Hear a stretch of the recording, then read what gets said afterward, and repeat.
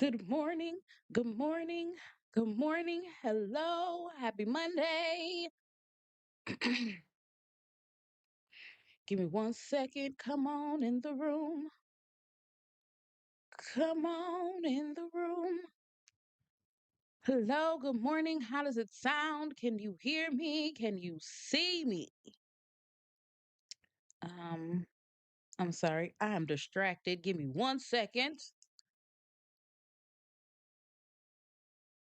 All right. Good morning. Good morning. Happy marvelous Monday. Thank you, Kara. My principal in high school used to do that. Start off every day with like the letter of the day and like marvelous Monday, terrific Tuesday, wonderful Wednesday. And at 7:15 in the morning as a 14, 15, 16 year old, that would piss me off. But now look at me now. Look at me now. Happy Monday. I hope you had a wonderful weekend. I hope your week is prosperous and smooth and short. I had a good weekend. I had some hiccups, but I had a good weekend. I went to the Pistons game, the one where they had the malfunction and the buzzer went off for 12 minutes straight. And then I went to the movies. I went to see Scream 30,000. That was not my choice, but I went anyway. I went for the snacks. Good morning, Tatty T. Good morning, S. John. Good morning, Juan Love. Good morning, Dr. Rachel B. And then I just kind of chilled out on Sunday, and it was great. It was a great weekend. It was a great weekend. I have a lot of work to do this week at work. And then I have a lot of work to do um wrongful death lawsuit wise. I have to call the coroner today as soon as I get off of here and get autopsy results so that I can shoot them over to counsel. Um so I got a lot going on. I got a lot going on. That I know. I know, Cara. The movie Scream, it was I said Scream 30,000, but it was like Scream 7, I think. Mind you, I haven't seen a Scream movie since 2 because I mean, you've seen one, you've seen them all. But I went anyway and I could have did without it, but I had snacks so I was okay. Feed me food. It fits, Cara, because it can't we can't scream anymore. Okay, we are all screamed out. Anywho, so I had a good weekend. I got a long week, but that did not stop me from watching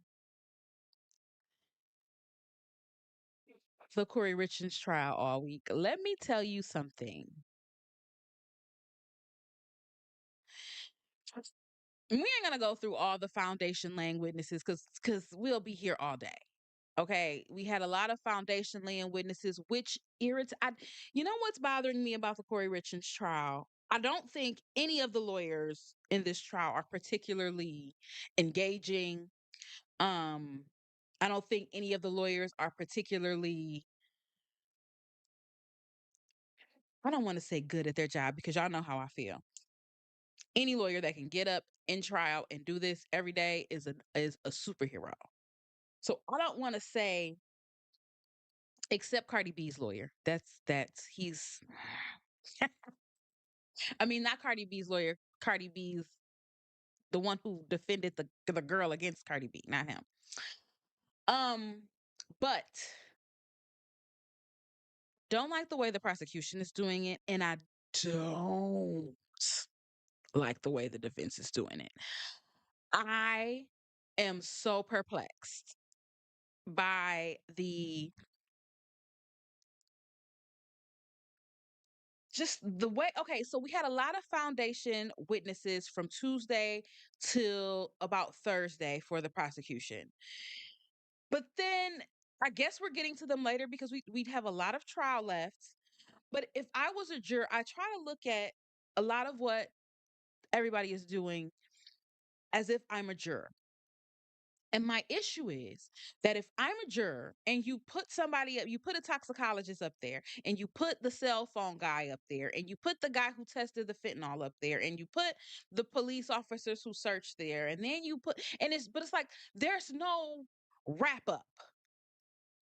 There's no finishing. And I'm sure it's coming later, but as a juror, I'd be like, okay, so you told me they searched the phones and they got the phones. So what was in the phones? Like it would be hard for me to focus because I would be so like, okay, that was it. What the what? So you told me you got the phones. You told me to search the phones, and you didn't tell me what was in it. That's it. Because as a layperson, you might not understand that they have to lay foundation to bring all of this stuff in. So as a layperson sitting there, you be like, okay, well, what happened? Where's the Why you didn't ask him another question? I don't get it. We had the ME, which okay, cause of death unknown. Definitely fitting on poisoning. And then we had the toxicologist who talked about how 3 milligrams per liter or whatever the hell it is would be fatal. He had 15. And then we had the two most interesting witnesses of the week. We had Carmen and we had Robert, who are, in effect, the drug dealers. Now, listen, let me tell you why the defense is getting on my nerves. Listen, not, and I'm not saying this in the fact that I think Kouri Richins should walk away. That's not what I'm saying. I'm just saying my lawyer brain starts to percolate on how you best defend your client. Now, whether it works, I don't know. But it's hard for me to not look at this like a lawyer. And let me tell you why the defense is getting on my nerves. First of all, their cross of Carmen made me physically ill. When I say it literally hurt my body, I I was like, what is happening here? It was painful. It was actually painful. And then I started to think, oh my God, what is the jury thinking? Because listen, we have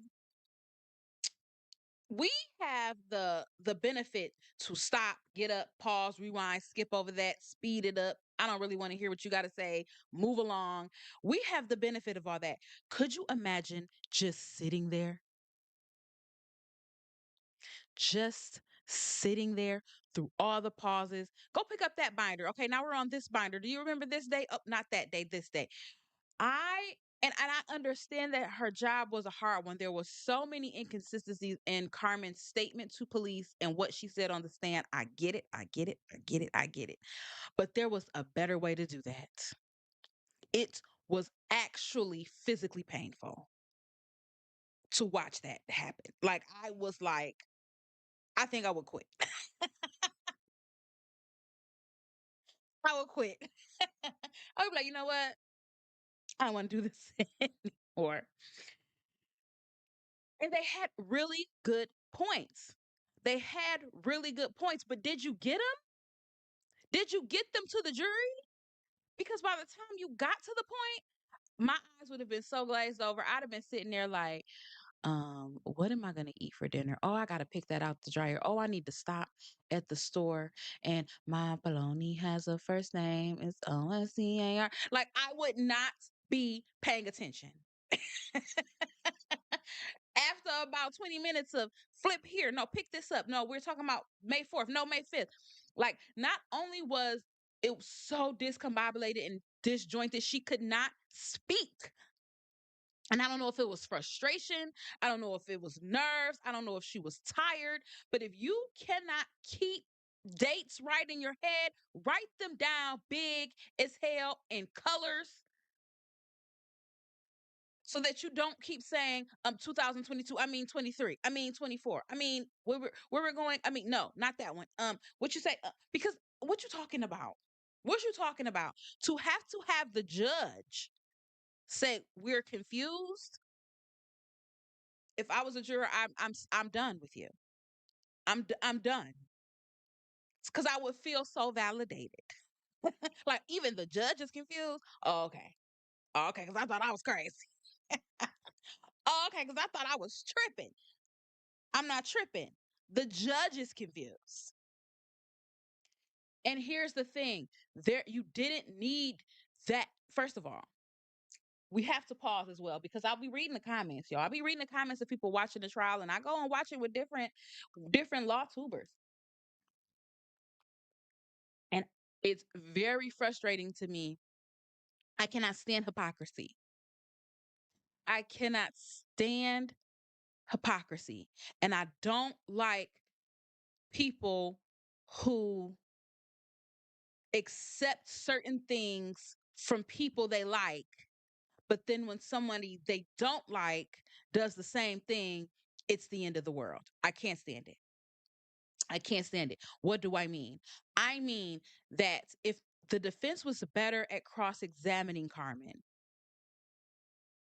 she should be a terrible witness for the prosecution because the inconsistencies in her statement make her unbelievable. You can tell she was very well coached and prepped by the prosecution, but there were inconsistencies in her statement that if you saw that same type of witness in the Karen Reed case, y'all would be up in arms. Y'all would be, why are we listening to her? Look what she said at first. Now she changed it like, no, we won't believe that. It was good for the goose, has to be good for the gander. I 100% believe that Carmen got Kouri pills. All of that fentanyl stuff that she tried to talk about, she said he had fentanyl. I told Kouri that he had fentanyl. She said get the fentanyl. I don't believe that. I don't believe that. And here is why I don't believe it. And if this is why the defense should have been very specific with their cross of her. They just tried to do too many things and it didn't need all the things. They should have been very specific with their cross of her because that part of the defense cross examination, when they said, remember when you said in one of your statements, I don't know where fentanyl came from. I don't know why I'm thinking fentanyl. I don't know why she must have asked for that. I think that is a true statement.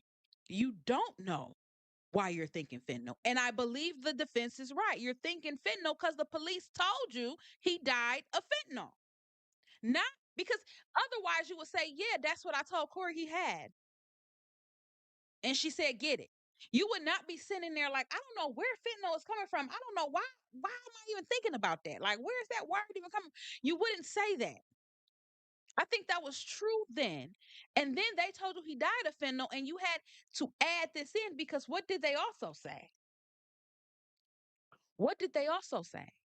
Which is crazy. And this is another point that the defense should have. I would have spent a day and a half on just this point, just the point of the police officer saying, you need to give us what we need to ensure Kouri Richins is convicted of murder. That is a crazy, crazy statement for a police officer to make. And they did not make a big deal of it. And it should have been a huge deal. It should have been a huge deal. You shouldn't be flipping back and forth and we're going back to this day and now we're on this. Remember when you said, no, it should have been a huge deal that they said that. That's not nothing you say. That is not anything you say. What you say is, we need the truth. Tell us the truth. Tell us what happened. That is a huge deal. You should have harped on the fact that he's sitting there telling her, you're about to get kicked out of drug court, which means you're going to do 7 years. Plus, if you go federal and they tie you to drugs that killed somebody, you're going to get at least 20 years. So you need to do this. And we're going to let you walk out of here. And not only that, you need to give us what we need to ensure she's convicted. That's a big deal. That's a big deal. I would have spent half a day on that alone. I don't care if she has a reading disorder.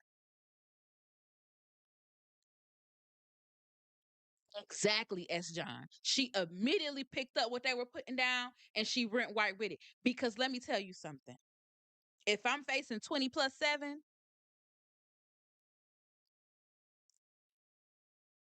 what y'all need me to say? What? Oh, fentanyl. Okay. How many times?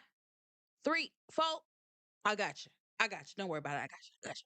I got it. I got it. I got it. I got it. I got it. I got it. Don't worry about it. I got it. I got it. I got it. I got it. I think she got her pills. I don't think she got fentanyl or she didn't know she was getting fentanyl the way she explained it. I don't believe Carmen. But did the jury get that? Did they throw out the whole entire cross because they were over it? And now all they remember is the prosecution. Did they throw out the entire cross of her because I'm over it? I can't hear it no more. I can't listen. I'm losing my mind. The way, and then you should have harped on that. But the defense is. I feel like they don't have a tactic, and they should. And their tactic should be the police. Their tactic should be go after the police.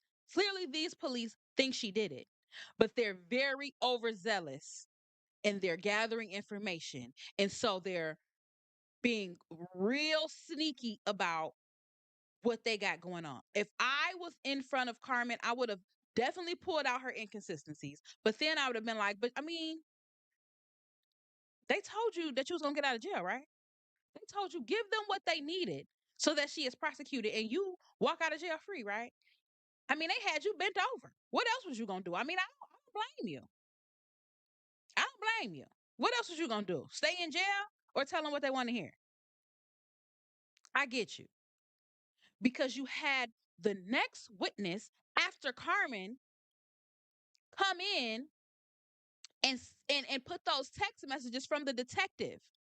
So that would have just rolled it all together like, oh, these cops is crazy because this lady who's lost her fiance on a motorcycle accident really clearly don't want nothing to do with this because she might have heard something, maybe, possibly. I came out the bathroom, he was saying something weird. I don't even fucking remember. You gonna text this lady and tell her next time I'm coming with a warrant and a what he saying a stick for your dog? That is crazy. You did all of that for her to be on the stand for 5 minutes? That is crazy. But if you would have harped on the police misconduct defense, that would have been like, oh yeah, that is kind of because that's insane. Why would you do that? That's all she had to say, and y'all threatening her like this.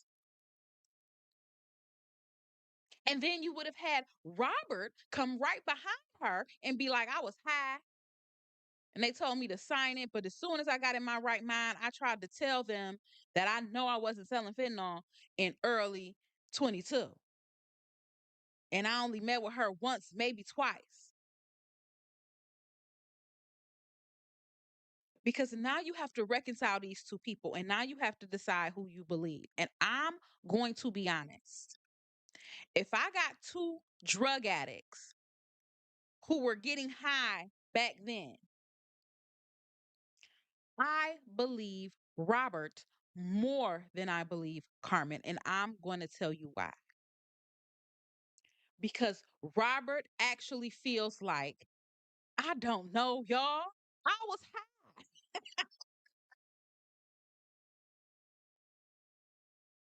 And I feel like that is how you should be.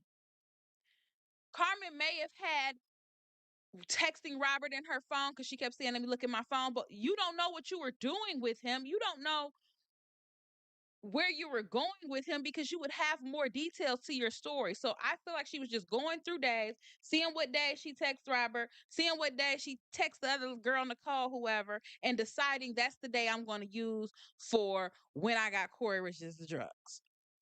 But he seems like a more believable prior addict. I have no idea, y'all. I was high. I, maybe once, maybe twice. I don't know. I was high. Like that makes more sense. Carmen says she's been using drugs since the sixth grade. And all of a sudden, you're just clear headed and clear memory. You know that you got fentanyl. You said you got fentanyl. You know how many pills. Because now you have to reconcile these two people. And if you decide I automatically believe Carmen and I don't believe Robert, you have just decided Kouri is guilty and you're only going to use the evidence that fits that narrative. Because you got two people saying different things.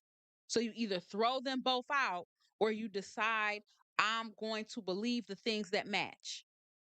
And only things that match is that he got her oxycodone once, maybe twice. And that's what I'm saying, S. John. They kind of have to cancel each other out and you go with what matches. He got her oxys once. He's for sure once, but possibly twice.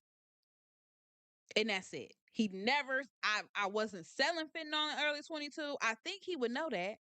I mean, and if he was selling it, where are the other people he sold it to? Y'all can't get one other person that he sold fentanyl to. Just one. If they can if and we have a lot of trial left. We have a lot of trial left. If you get one other person that he sold fentanyl to in January, February, or March, I will believe that he gave Kouri Richins fentanyl. If not, it's like, so just this one time? Because remember also, and this is what I'm saying, the defense had some very good points. They're just unorganized or something, or they don't, it's like they don't really know where they want to go. And again, they don't have to prove anything. So maybe they just feel like we're going to just poke at the prosecution points. We're not really trying to, we don't really have an angle. But a good angle would have been, so Carmen, because at one point Carmen said that she wasn't driving because she didn't have a driver's license. And then the fence put up a photo that like, this is actually inverted. We got some more inverted mess. This is actually inverted and you actually were driving. And she said, oh yeah, I did drive that time because such and such wanted to get high. I refuse to believe you didn't get high on one of those drives back. And I know that you took some of them pills. You didn't die. Like I would have, listen, Kouri is giving them 600 and $1,000 at a time. That means they're going to pick up 30, 40, 50 pills. Kouri is the update rich white woman. She don't know how much it costs. If you think that Kouri gave them $600 and they bought 30 pills and all 30 got back to Kouri, you're a fool.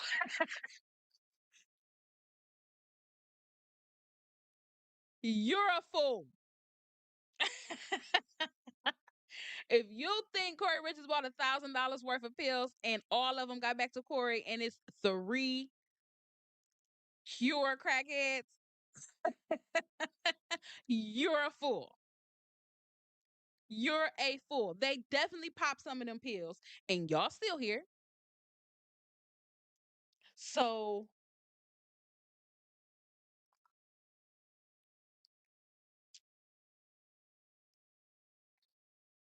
so this may be true, Colleen. She says, I was torn with both of them. Carmen had interaction with Kouri. I don't think he had any idea of what he had and didn't have because of all the drugs. The old Friday ad commercial, this is your brain on drugs. I can get with that, except I believe him. I but you have to not believe him. But I do believe him. I feel like he said, no, I had a couple people that had prescriptions and that's who I got it from and then I sold them. I believe him when he says, I know that none of my drugs was fentanyl because they came from the pharmacy. I, I'm the good plug. I believe him. Now, if somebody else faked it and said, I got these from the pharmacy. I really didn't. Yeah, he would have no reason to know that. But I think I believe him when he says, I, my intention was to sell her oxycodone. I don't believe Carmen with that whole interaction of all he has is fentanyl. She said, okay, get fentanyl. I 100% think she's lying about that. I 100% think she's lying about that. Now, are they going to pull it together? I don't know. I don't know. We got a lot of trial left. We have a lot of trial left. But I believe that he believes that he was only selling oxycodone. I think his intention that he thought he had always thought he had oxycodone. I don't think he ever thought I'm selling this woman fentanyl. I don't ever think he called Carmen and said, all I got is fentanyl. And Carmen called Kouri and said, all he got is fentanyl. I don't think that interaction ever happened.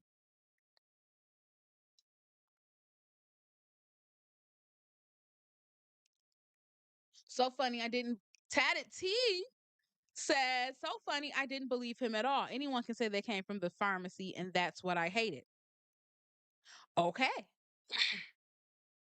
Okay. So Tatted TT, you're a juror and I'm a juror. What do we do in that room? If I say I believe him and you say you don't. Because here's the thing, I need you to understand what I'm saying when I say I believe him. I believe that he believed that he was only getting pills from people with a prescription. That's what I mean. Was the people who given him the prescription may have slipping some fakes in there? I don't know. But what I'm saying is I believe he believed that the pills he were getting were from people with prescription. That is why I don't believe that interaction between him and Carmen happened. That interaction being Carmen saying, I called and said he only got fentanyl. And then I called Kouri back and said he only got fentanyl. She said, okay, get the fentanyl. I don't think that happened because I believe he believed he was only selling oxycodone. I believe Carmen was doing the best she could with the information she remembered. And let's be honest, she was between a rock and a hard place. I think some of those facts were made up. You know, have you ever watched police interviews where they are trying to get somebody to confess to something and they say something like, um, so tell me what happened. Is it possible? You know what? Perfect example. What is his name? The guy Watts. Watts. The one who killed his wife and two kids, Shanann and Cece and Bella. I don't know if y'all ever watched his police interview. But before he could come up with what happened, because he was still lying, they said, is it possible that maybe Shanann did something to them? Chris Watts, that's what it is. That maybe Shanann did something to them. Do you think that maybe you walked in on something? And then almost like a light bulb went off in his head. And later down the line, he's like, yeah, that's the story I'm gonna go with. Yeah, Shanann had um killed the girls, and then I had killed her because she was about to hurt the girls. Like, I mean, way down the line, he eventually told the truth. But that's how I think Carmen got her story. I think Carmen got her story by them saying, "Is it possible that um he told you it was fentanyl?" And she went, "Yeah, yeah, yeah, yeah, he did. Yeah, he did." And then I told Kouri, "Is it possible that you went 3 times and not 2 times?" Yeah, yeah, I think I did go 3 times. Like, I think that's how she got her story. And I think she's not, I think some parts of her story was a flat out lie. But I think a lot of it was her just trying to put pieces together from what they told her and what she kind of sort of remembered and whatever she needed to tell them to ensure Kouri goes to jail because that's what she needs in order to stay out of jail. That's what she needs in order to stay out of jail. And I don't know Kouri like that. Kouri ain't my homegirl. Kouri ain't my homegirl. And if you believe she actually killed him, then you don't mind lying on her. You don't mind lying on her if you think she did it. So all's right with the world. We get a murderer in jail. I get out of jail. All is right with the world. Now, before we get out of here, y'all want to hear my theory? Because y'all know I have a theory.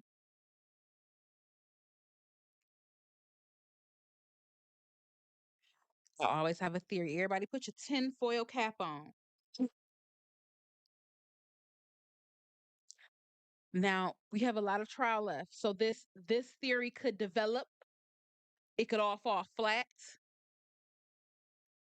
But something in my spirit, mm, something in my spirit is giving me pause. And I'm going to tell you what.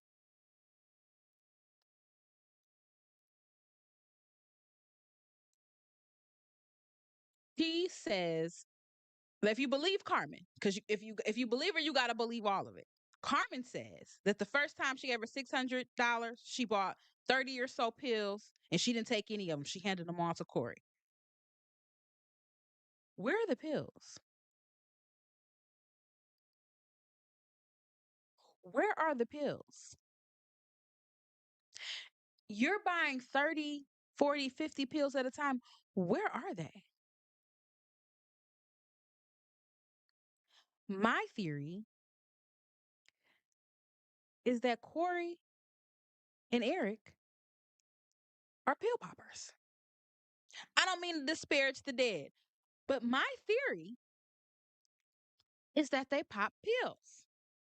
And my theory is that because, and the fence skipped over this too with the ME.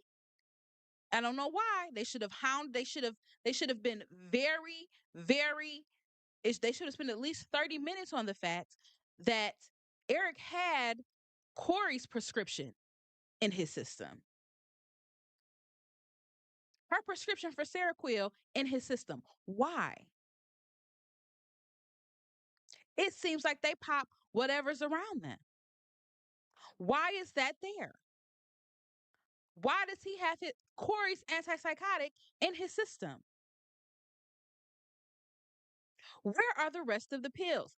Then I started to think that night when everybody's like, Kouri was acting weird. She wasn't acting like somebody who just lost somebody. And the cop says she kept putting her head in her hands. She wouldn't look at me. And that was very weird. Is it possible that Kouri was high? This is just my tinfoil hat, y'all. Is it possible that Kouri was high and did not want anybody to see her face because she felt like they would know she was high? This is just a tinfoil hat theory. Is it possible that they was popping pills and he popped the wrong one? Because there's another point that the defense didn't hop on. It's another point the defense didn't hop on. Because the prosecution's theory is that she put the fentanyl in his drink. And that's how she got it in his system. But he didn't have enough ethanol in his system to have drank a drink. Because if you remember what the ME said, she said the ethanol that we saw produces automatically after death, except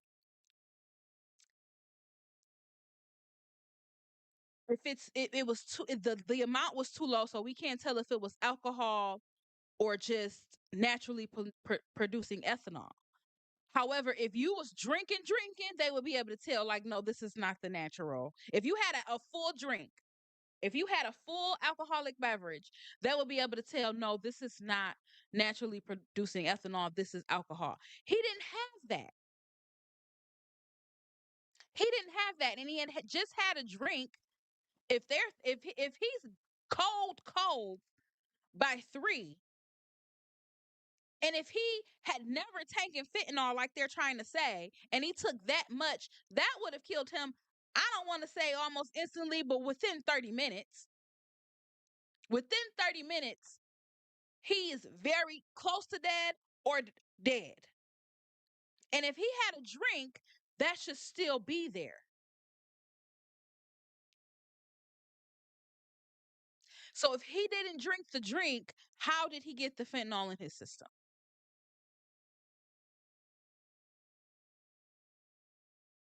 How did he get the fentanyl in his system? Was he trying to take one of Kouri's antipsychotic and she had shit all in the same bottle? I don't know. This is just a theory. This is just a theory, and it could develop or it could all crash and burn. I thought about this, Dr. Rachel. Why wouldn't she have just said that? I thought about this, and I'm going to tell you why.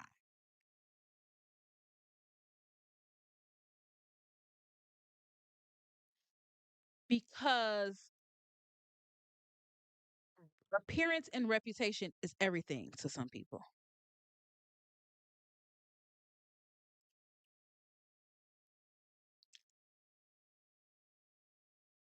Appearance and reputation is everything to some people.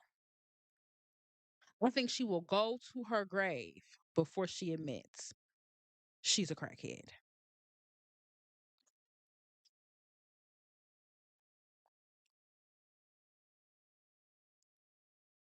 I think she would go to her grave before she admits she's a drug addict. She doesn't think she'll be seen as a murderer. Obviously. Obviously, she's delusional.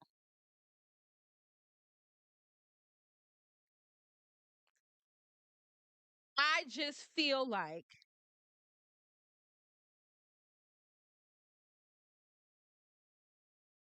something is off. Something is off. And again, we have a lot of trial left. So this theory might be like, oh, never mind. Oh, never mind. But something is off because if y'all are gonna tell me she spiked his drink, where is the liquor? And this is why the defense is making me so upset because y'all keep trying to say it's like y'all are helping them a little bit because what y'all should be saying. So clearly he didn't take a drink, and this is the thing, they didn't even ask the ME to explain this further when they said that he had ethanol but it was not enough so we could differentiate between if that was a drink or just naturally occurring alcohol. I wanted that follow-up question to be, so if he had a drink, you would absolutely be able to tell, right? Because there would be a higher level of ethanol. They would have said yes. And if that means he didn't have a drink, then how is she getting him to take this fentanyl? How is she getting him to take this fentanyl? How did she get it in him? And that's a prosecution hurdle they're going to have to jump over because at the end of the day, he could have died of fentanyl poisoning. But y'all have to put it, and y'all have put it in Kouri's hands, but y'all have to put it, the prosecution has to figure out how they're going to get it illegally into Eric. Because how are y'all saying that he did not take this pill himself? How are y'all doing that? Y'all, and I don't know how they're going to do this. Besides the memes, which were interesting. But I mean, because the memes are interesting, but you have to remember that she wanted to leave him anyway. So the memes are interesting and they make her look crazy. But if she was happy he was dead, regardless of how it happened, I'm in the money, cha-ching. I'm in the money. She could be feeling like that. Like, finally, this mother kicked the bucket.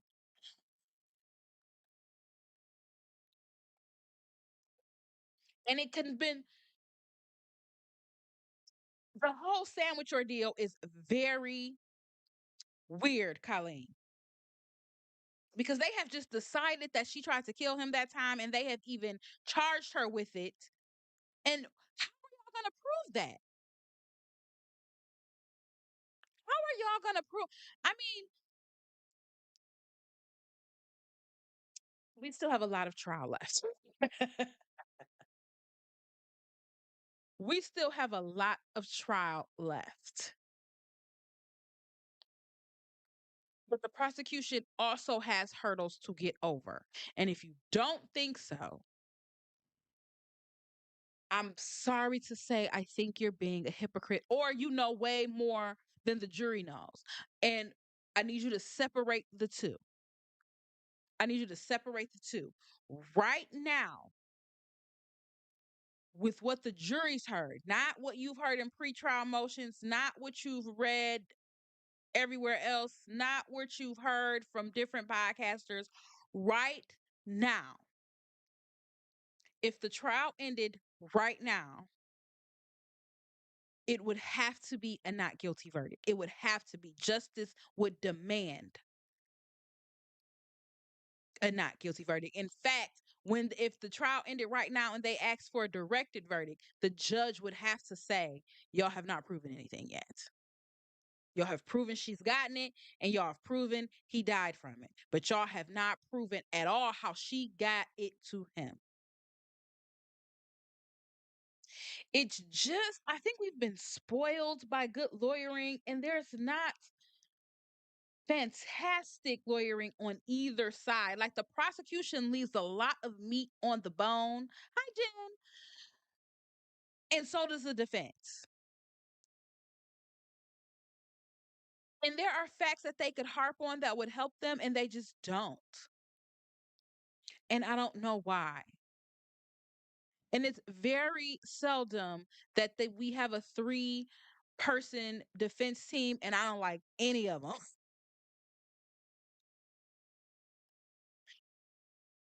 Don't like any of those defense attorneys.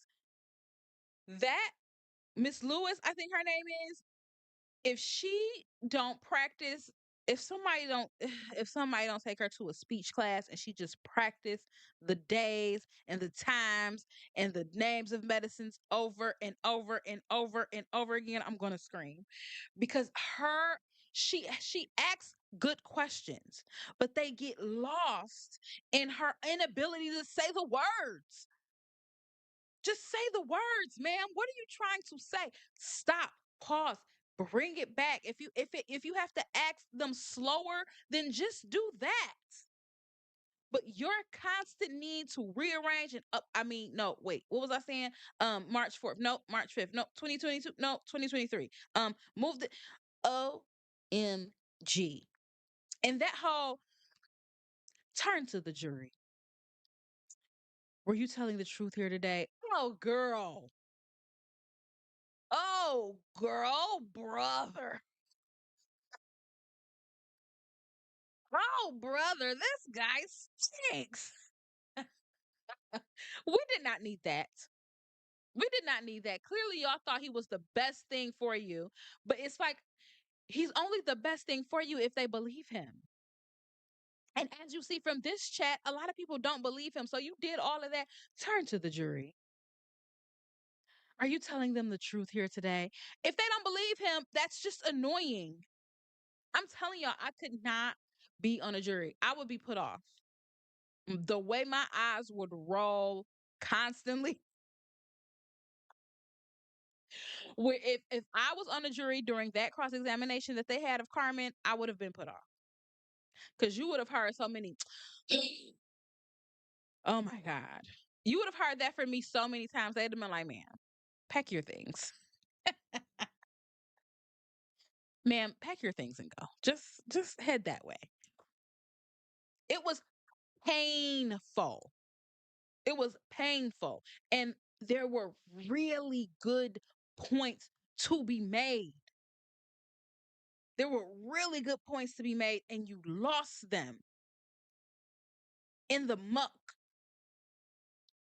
You lost them in the muck, and now you got to hope they even care about your points, because I'm telling you, if I didn't have the luxury to stop, rewind, get up, watch it later, watch it in the background, if I just had to sit there, I would have tuned out so long ago. I would have tuned out so long ago that I wouldn't have remembered a thing she said on that cross examination. Do you hear me? I would have been so in my head by then. I would have been asleep with my eyes open. There's no way. And you had good points. You should have got in there, got them quick, and got out. I don't know what their fear, not theory. I don't know. I don't know what their strategy is. And I think that's bothering me.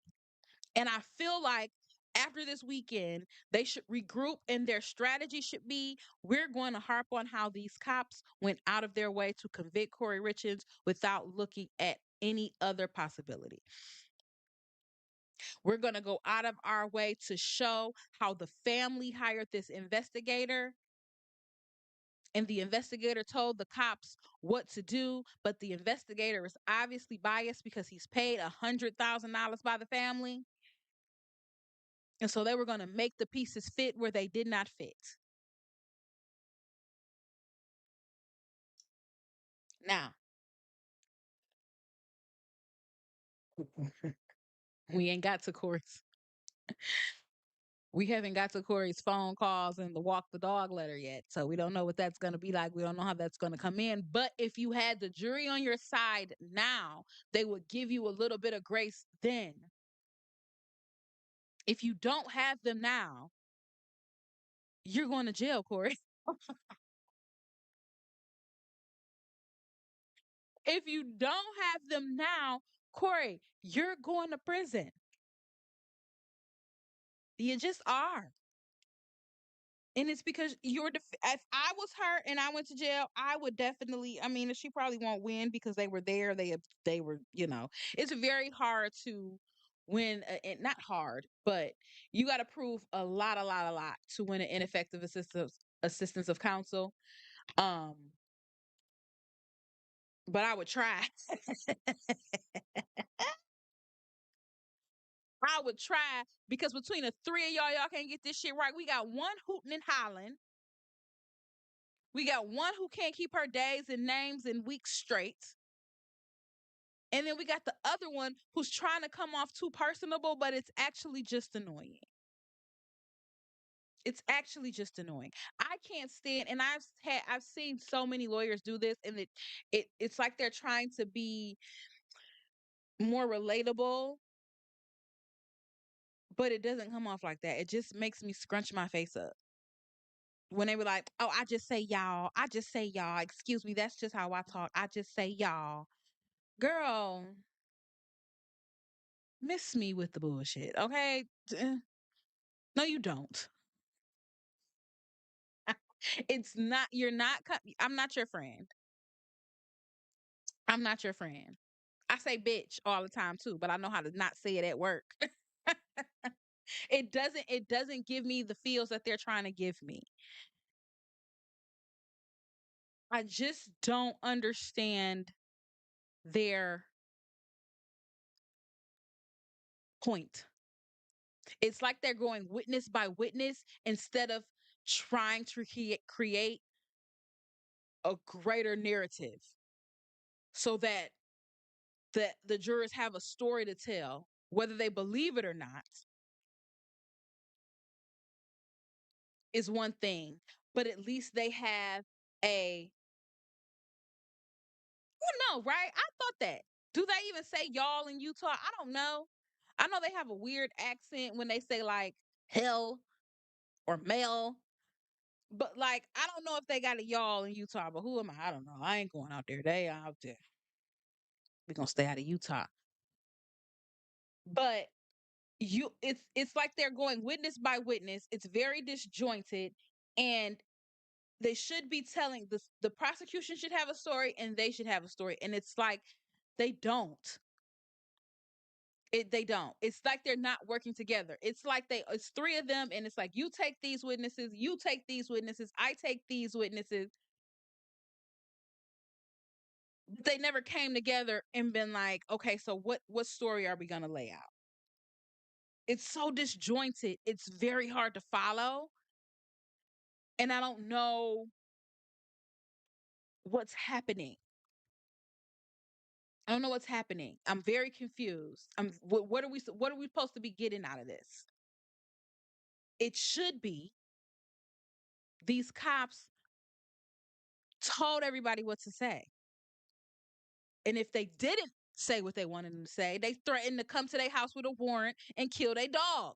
That I felt that's who I felt bad for. That's who I felt bad for. That one lady who came in there for 20 questions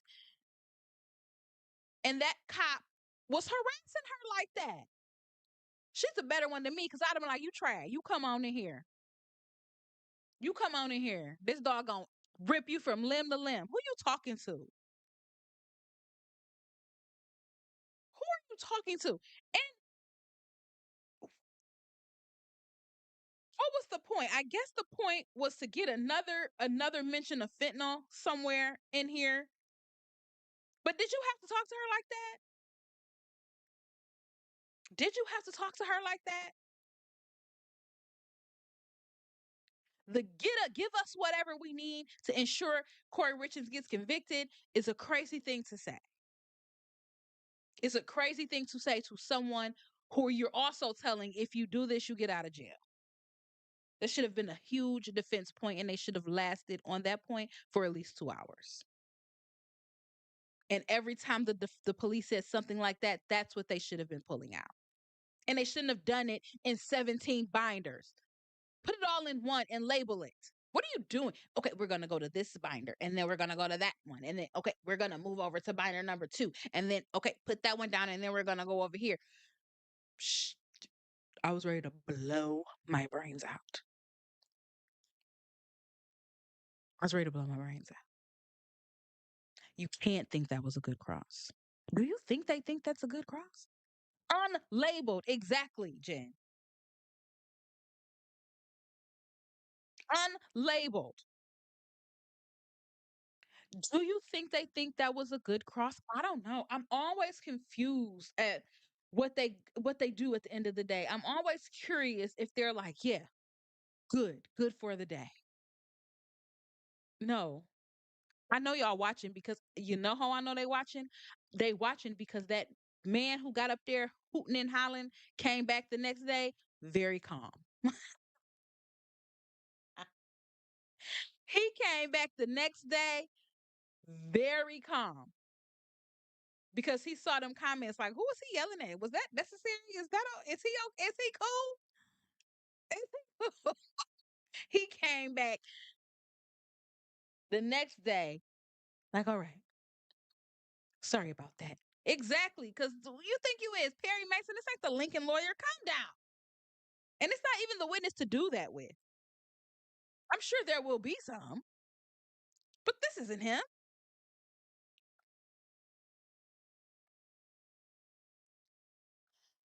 She probably didn't want to purposely confuse everybody because the point of the defense should be everybody has their mind made up.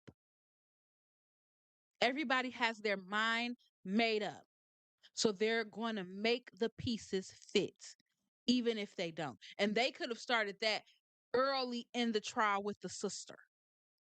They should have started that theory and that thread early in the trial with the sister. When the sister said she looked like she had on a matching outfit and her hair was all done up. And then you showed the video and it's like, no, she looked like she got on pajamas and her hair is in a messy, sleepy bun.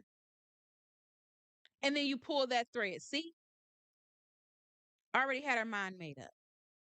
She decided she was in a matching outfit, not pajamas, even though we can tell those are pajamas. She decided her hair was all done up. even though you saw what her hair looked like. People are changing the facts in their head to make the puzzle pieces fit so that she can be guilty. You start that very early, and every single witness, you put another piece to that. But it's like they all just have their own. They're just three lawyers trying three different cases, and it's disjointed. And it's like, okay, what do you want me to argue? If I'm a juror who is on the side of Corey Richins is not guilty, what are you giving them? What are you giving them to go back to the jury room with and be like, but look, can't be any of Carmen's cross because they're gonna be like, what I think she said maybe hold on. Okay. I think wait, what okay, she said this time, and then maybe she said that the next time. I'm not sure. She was talking about like you can't you got nothing. You got nothing. There's a way to do this. And they're just not good at they're not good at it. There's a way to do this. Not saying that I want Corey Richards to walk away from this because I'm going to be honest. I don't think here's my theory on what Corey Richards did. I don't think he intended to give him fentanyl to kill him. But I also don't think she stopped him either. Like I don't think she spiked anything. Because here's my thing with the spike. Are y'all saying she put it in his drink? It's not a gel cap. It's not a gel cap. It's a pill. So did she sit there and stir the pill till it dissolves? Could he not see the pill? Could he not taste the pill? Did she hold his nose and force the pill down his throat? Do y'all think that she put the fentanyl in one of his pill bottles and he thought he was taking something else? I don't know. This is why my theory is that they were pill poppers. And she just didn't care one way or the other.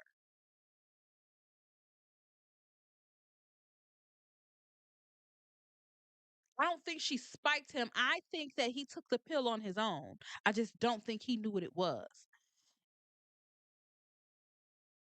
And maybe she did or she didn't. I'm not sure. I'm not sure. I need more I need more from the prosecution.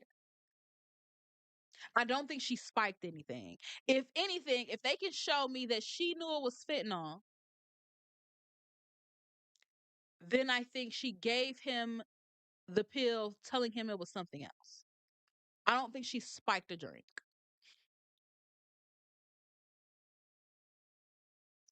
This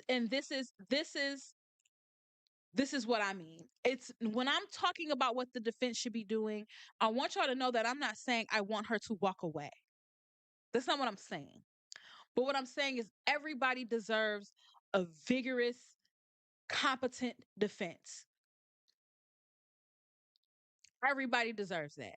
So that when they are convicted, it feels like justice was served. It doesn't feel like somebody messed up something.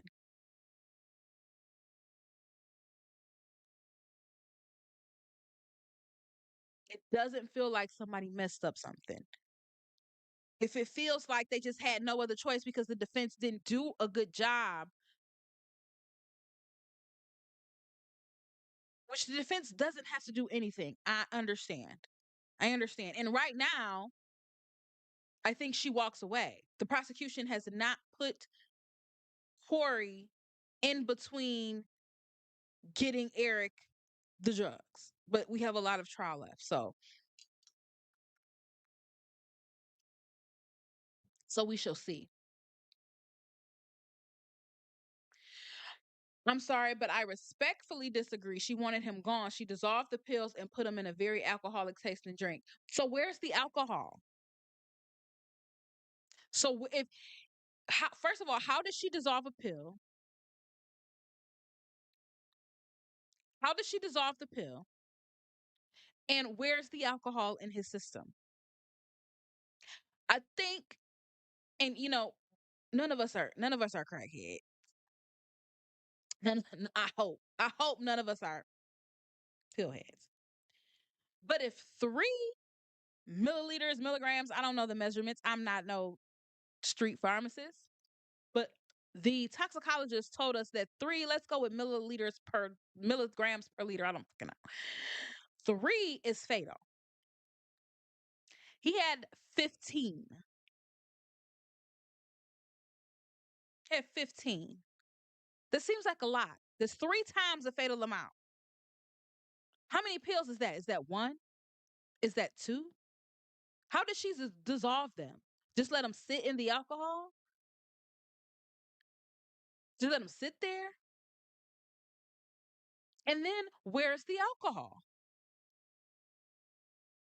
Where is the alcohol?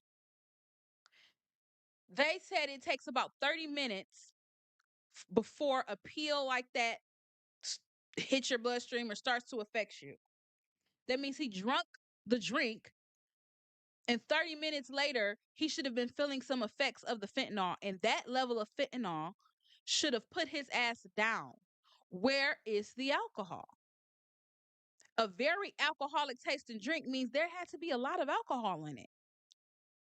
And she's saying they took a drink and a shot. Where is the alcohol in his body? They said that the level of ethanol that they found, they cannot decide whether or not it was naturally produced ethanol or alcohol. So that could be the alcohol, but there would be more. There would be more.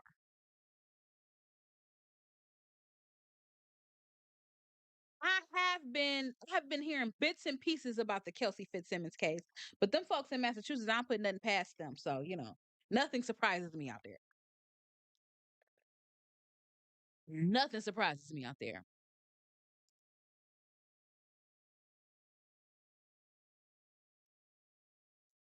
This is what I'm saying. I have a recovered Fent child. Thank God he's recovered. And watched with me and thought dissolved. But Kouri said she made him a mule. So was that a lie? I don't know. And that's what the prosecution is going to have to do. That's what the prosecution is going to have to do. And this is what I'm saying. The prosecution could have went further in their questioning, but so could the defense, because I would have asked, does fentanyl have a taste? If I dissolve it in a drink, would you be able to tell that something's in your drink? Or is it like a roofie? Doesn't taste like anything? Can that much fentanyl be in one pill? Or do you need two or three? The pills, I guess they have a more senior somebody coming to talk about street drugs, but how much fentanyl is usually in a pill? Because 3 is fatal. 3 milliliters, whatever she said. I don't know the measurement, so I'm just saying 3. 3 is fatal. He had 15. Is that one pill? Is that two? Is that three? Do you usually see that on the street? Because if that's the case, if that's one pill, there should be a lot more dead people in Utah who bought pills from Robert. There should be a lot more dead people in that downstream. Where are they? Now I'll go ask. There should be a lot more people in that dead people in that downstream, yes? Because if it's more than one, you telling me she sat there and dissolved 4 pills and he didn't taste it? That had to be a very alcoholic drink. And where is the alcohol? Where is the alcohol? But like somebody said, we're only in the first quarter. We got a lot more to go. We got a lot more to go. We have a lot more trial left. And I think with all the foundation laying we did last week, I think the prosecutor has a more in-depth medical examiner, because that one had retired, so she just did her job. She's ready to go. I think they have another one that's going to go deeper into what we found in his system. A very bitter taste. That's I you needed to ask that, defense. Are you telling me he wouldn't have known anything was in his drink for a very bitter taste? Is that one pill? Again, can you have that much fentanyl in one pill on the street? Because there should be a lot more dead people. Or do you need multiple pills? You telling me she got three bitter pills in a Moscow Mule? I know what vodka tastes like. I think there's a different delivery than what I think she gave it to him. Now let's be clear. But I think there's a different delivery. But if the prosecution can't prove what the delivery is, does that mean she walks away? Does that mean she walks away? Or do you think the jury would be content with she got fentanyl and he died from fentanyl? And so that's enough. I don't know. I don't know. They may be. They may be.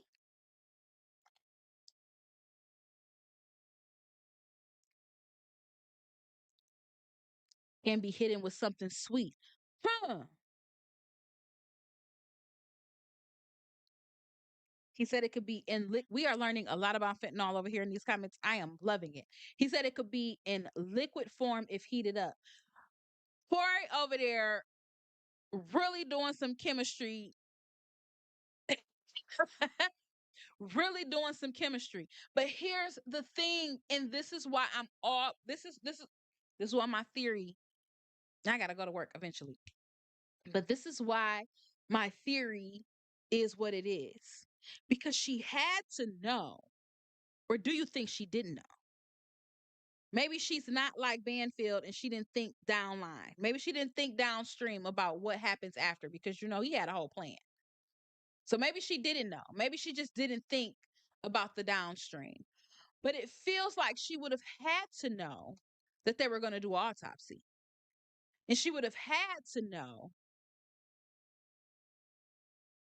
that they were going to find the fentanyl in his system. What was going to be her excuse for that?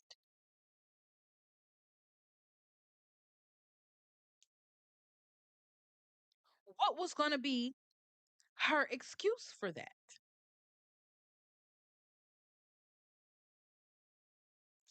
Did she really just think of killing him and didn't think of nothing past that?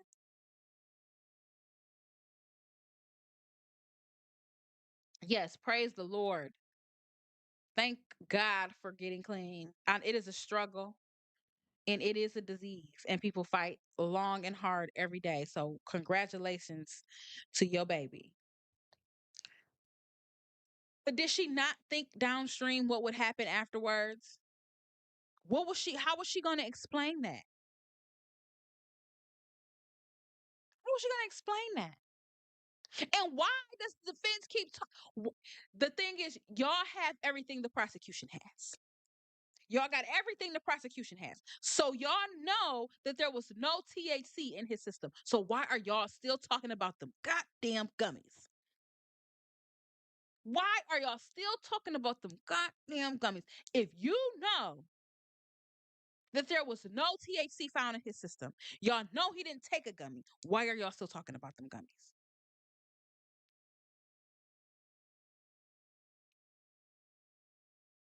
Why are y'all these red herrings is why y'all are going to lose this case because it's going to feel like to the jury,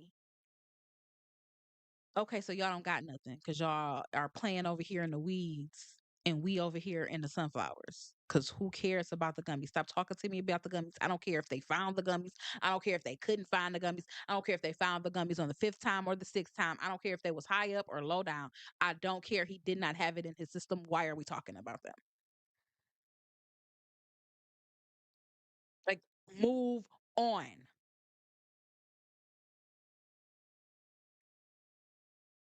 I know why the defense didn't because they keep talking about them goddamn gummies. But why didn't the prosecution do that? And we're talking about why they barely nailed down that he didn't have THC in his system. Why didn't the prosecution Hammer that point. No THC, right? So I'd have put up a picture if I was the prosecution. I said, "You see these gummies?" If he would have taken one of those, we would have saw that, right? He didn't have any of that. Okay. So that time, that means if the next time the defense talk about a gummy, they're gonna look really fucking crazy. It's like everybody is leaving so much meat on the bone with these people, but then they're asking them questions and then they don't follow up with them. And it just feels like, okay, maybe there's somebody else they're gonna follow up with. But could you imagine being on the jury and being like, why didn't they ask that? What the hell's going on? I don't understand the order of witnesses.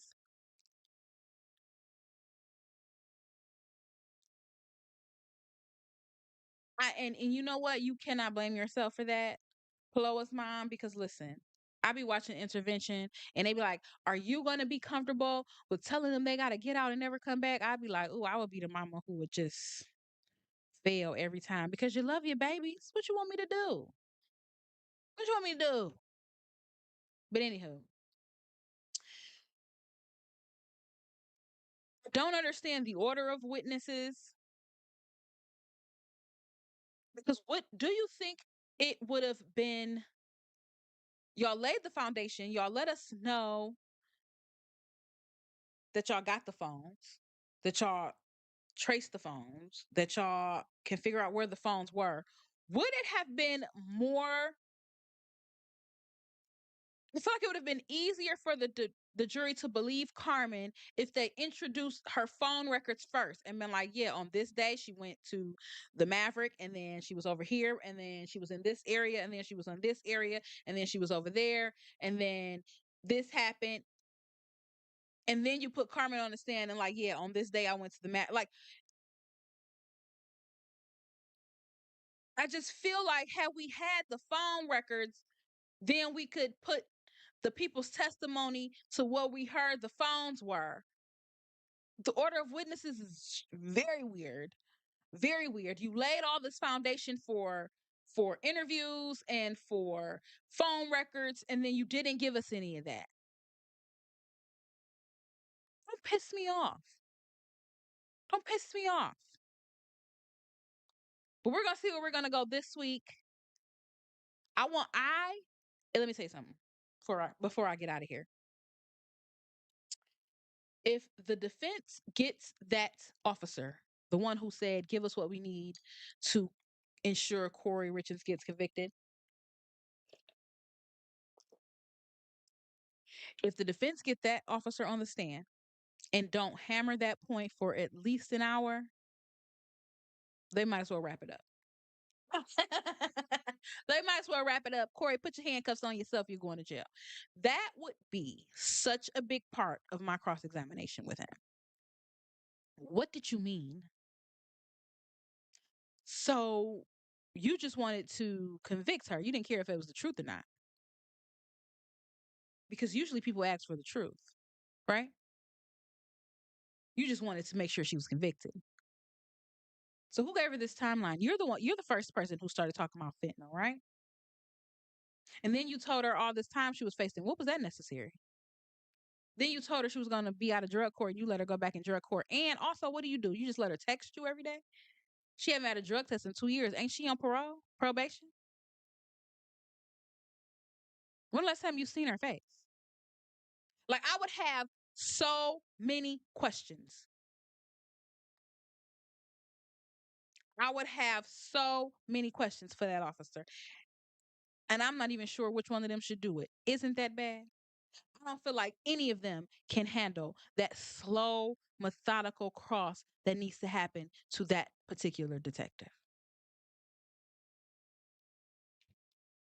And that's a problem for Kouri. That's a problem for Kouri. Hope you like orange.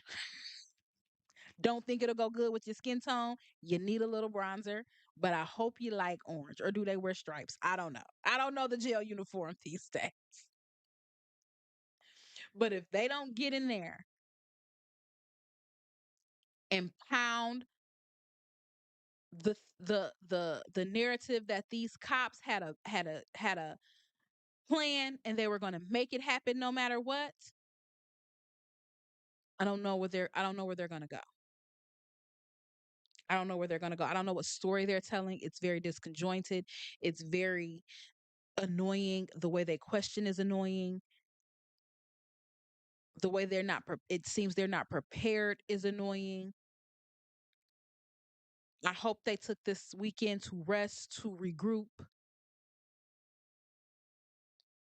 They were gonna pin it on the girl. That is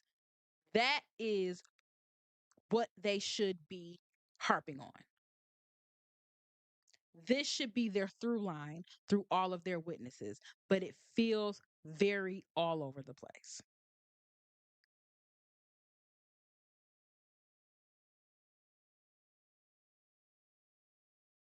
That is going to make or break this defense.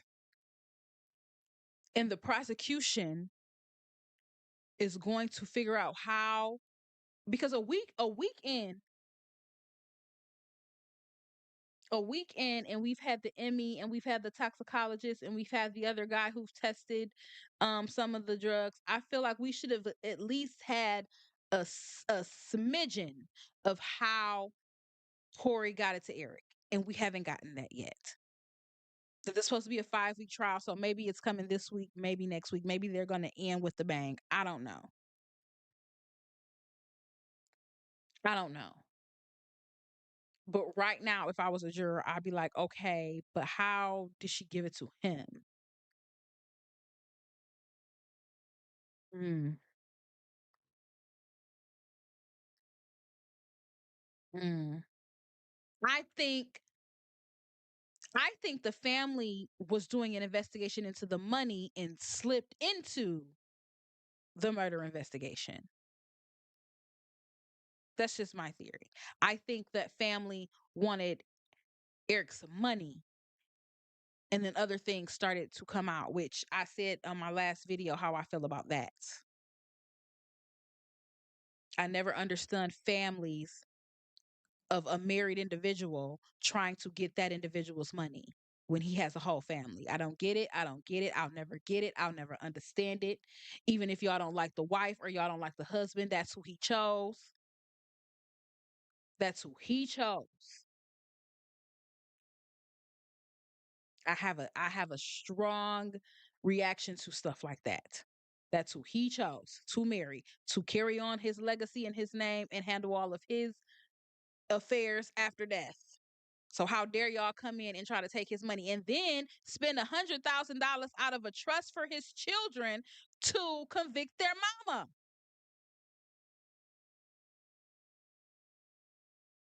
To convict their mama. He did. He made the sister the trustee, but she was supposed to, that just makes her in charge of giving it back to his family because clearly they thought Corey was not good with money. That doesn't mean you take my money and use it to investigate me.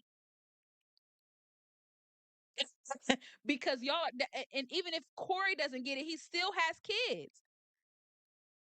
He still has kids. How you gonna use their money to investigate their mama? Did you ask them if that's what they want to do with their money?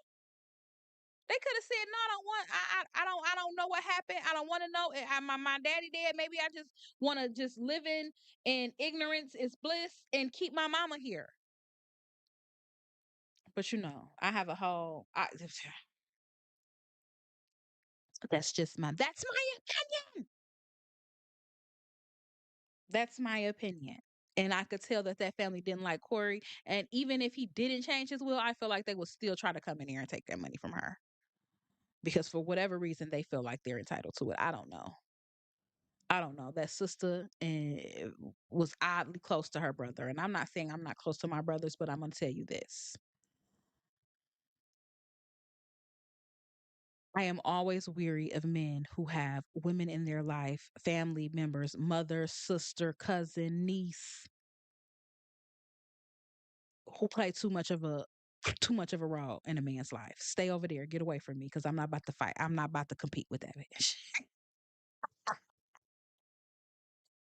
I'm not about to compete with her. It never works out well for me because I'm not about to compete with her. It's only one woman of this house. And it ain't your sister, it ain't your mama, it ain't your cousin, it ain't your niece, I'm the woman of this house. And if I gotta compete with time and energy with another woman, she win. She can have you. And that sister felt very, this is my brother, so I feel like I have more say so than his wife. And that's weird. No, you don't. No, you don't. No, you don't. But anywho, I actually got to get to work. We'll see what happens this week. We'll see who is on the docket. I'm telling you who I want to see. I want to see the phone people. I want some phone extractions. I want to read some text messages. Do you hear me? I want to hear some jail calls. That's just what I want. I want to hear more about what was in his body. So bring me another ME, bring me another toxicologist. I need to hear very specifically about what was in his body and how they think it got there. I need to know what was in the stomach and what was in the blood, because I think it matters. And I want somebody very smart that can tell me how long it takes to do both. I want somebody to pin down a time of death, very close, maybe within an hour, because they had a drink around 9:30. She didn't find them till 3 something. Did he die at 10:30? Did he die at 11? How long does it take you to get cold like that? I don't know. That's what I want to see today. I don't want any more foundation. We've laid all the foundation we can lay. Okay, put some tile down now. Put some tile down. Okay, lay some carpet. I need some I can rub my feet on. And where is the alcohol? Where is the alcohol? Because if I said I had a drink, this is another point the defense is not harping on. She told you he just had a drink and y'all didn't test the cups.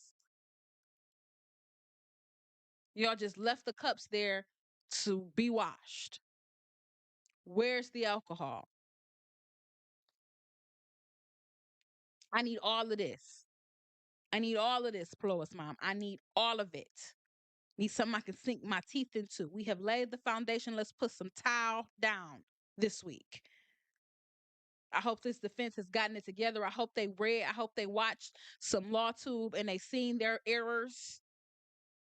They seen their errors in their ways. I hope that lady did some speech exercises. I hope she went home last week and did some la la la la la la la la and got it together. Because I don't need you messing up anymore. But we shall see. We shall see.